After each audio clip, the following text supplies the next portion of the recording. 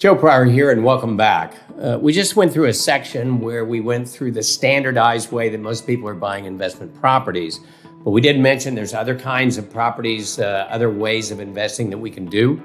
And there's also when you reach a particular limit on Fannie Mae, what do you do after that? And this is what is called, versus a conforming loan, a non-conforming loan. So let's kind of get into that a little bit.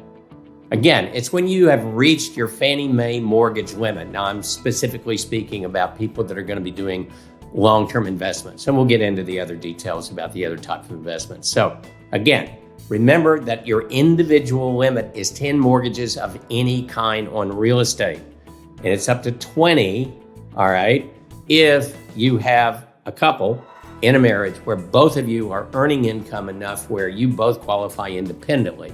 Again, one thing I will tell you, you can take title together, and that doesn't affect this. It doesn't matter whatsoever. In fact, a lot of states will make you do that, right? Community property being what it is. So that doesn't matter what happens at the title company. You can do whatever you want to do on that. But it's a situation where it's either 10 or under 20, and then you're done with Fannie Mae. It is used on fix and flip properties. Obviously, that is the case. So we're going to go into the two different ways that you can finance a fix and flip, one of which is a bank loan. Another is what's called a private lender. Now, that's the nice name for it. You know, it can be a good private lender, or it can be what we call a hard money lender. And we'll get into a little bit more detail and a few things to worry about sometimes when you do that. It can be okay, but there's things to be concerned with. So that's one type of non-conforming conventional loan. Now, there's another thing called a self-directed IRA. It allows you to take your IRA and put it into a real estate investment, which is kind of a cool thing. I do have people doing this. I will tell you, it's hard. It's hard on you, it's hard on us, but it's still something I think you ought to consider.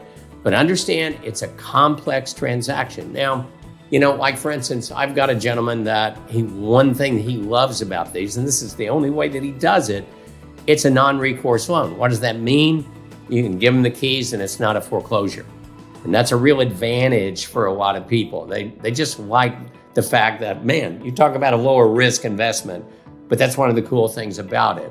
The one thing you have to understand though, is all the earnings that you have to go back into that IRA. Now, what you do after that, that's something to talk to your financial advisor about, but you can't be taking money out and doing things with it. It all is going into that self-directed IRA.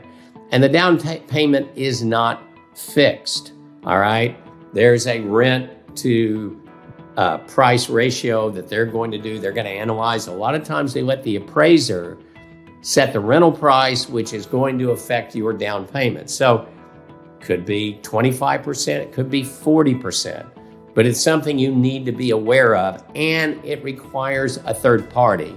Now, if you're dealing with a real estate investment specialist, they know the good companies that are out there. We have about 2 or 3 that we like dealing with, and so they are out there. There's some other people, not particularly too crazy about. Again, that goes for anything in real estate, be it realtors, be it property managers, lenders, whatever. There's always going to be the better ones. So your investment specialist is going to know who you need to go through so that you understand what you're doing and you're led every step of the way in the proper way that you do it. So this is another way where you can finance outside of the normal Fannie Mae way of doing things. So again, there's also loans that are based on assets and rental property. So, I have unemployed people that actually can buy property. I also have retired people, and they may have $5,000 to $10,000 to $20,000 a month coming in real estate investments and other investments and retirement and Social Security. And they have assets, and the houses that they have, like in real estate, are worth assets. So it is possible to do this. Now, you're going to pay higher interest rates. So at this moment, you may not want to pay 9.5% or whatever it happens to be. But as rates go down, it becomes something that if you've got an incredible deal, we don't care about the interest rate. I like to tell people that, I go back a long ways. I go back to the first house that I bought during the Volcker years. And that was the year when inflation was running crazy. My fixed rate on my first home was 17%. And I think, was I crazy? I was happy as I could be. I had my first home and I could make the payment. Now, prices were a little lower at that time. So, for me, when we talk about 7 or 9.5, it's not crazy, but it's not 3 like it was, or 2.5 as it was at one time. But rates are going to go down. You're going to have the ability to really look and do this. And you need a higher credit score. You're going to need to provide signed leases. There's a lot of things. The debt to income ratio is going to be evaluated. Extra debt that you may have may affect it. And understand that not all lenders do this, but it's another way that you can invest and buy something. And if you're unemployed, but you have assets or don't want to be employed, or by the way, or if you're a consultant, a part-time consultant, you make good money, but I have this 12 months of steady income or 18 months of steady income, from a company. So understand that. Now, this is the cool thing. I like this a lot. And this is the way that you can use an FHA loan or a VA loan to buy multifamily. Now, you can't buy single family because you're the only one that lives in there. But you can do a multifamily. So if you buy a duplex, for instance, you're going to live in one side, you're going to rent the other. If you have a fourplex, you're going to live in one side, you're going to rent the other 3. And so you only need to live in one of the units, and you can get an owner-occupied loan. What's cool about an owner-occupied loan? 2 big things. One of which is interest rates are lower. You can get some pretty good deals. The other thing on FHA and VA is a seller can contribute 6%, not 2%, 6% in closing costs. So, if you're kind of a first-time or second-time buyer or whatever, and you want to get into investment real estate, but you want a place to live, and say it's a brand new, really neat duplex, 3-bed, 2-bath, or 2-bed, 2-bath, and 2-car garage on all of them.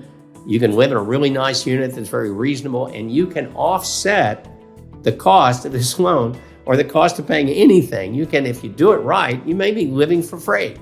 Now, you got to be a landlord at the same time, but that's okay.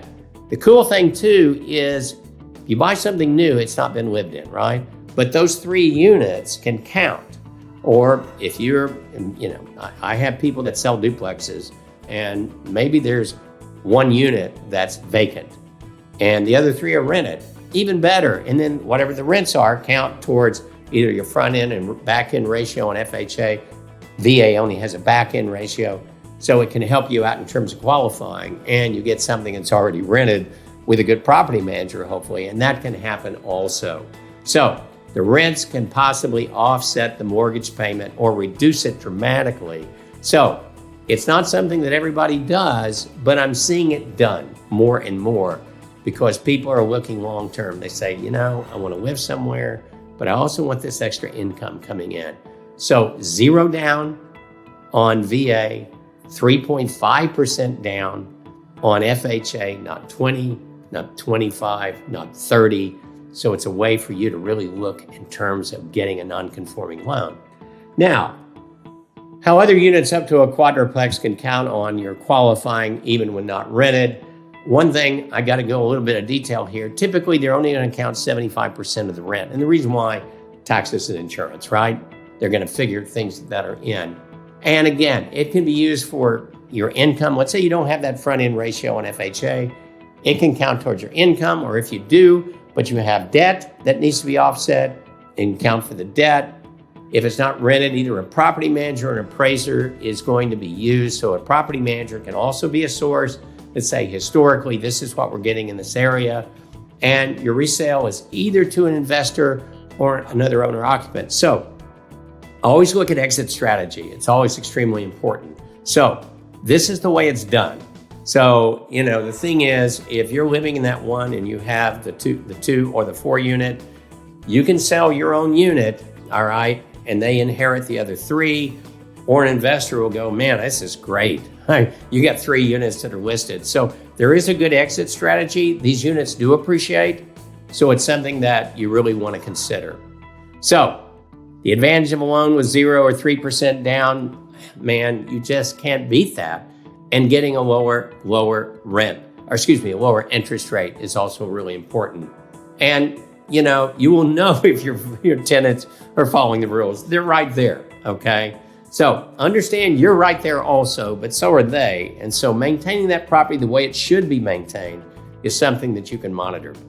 So I'm going to end it on that at this point because I specifically want to go into fix and flip and all the aspects of fix and flip, because I know some of you out there are going, there's some good opportunities in my own backyard.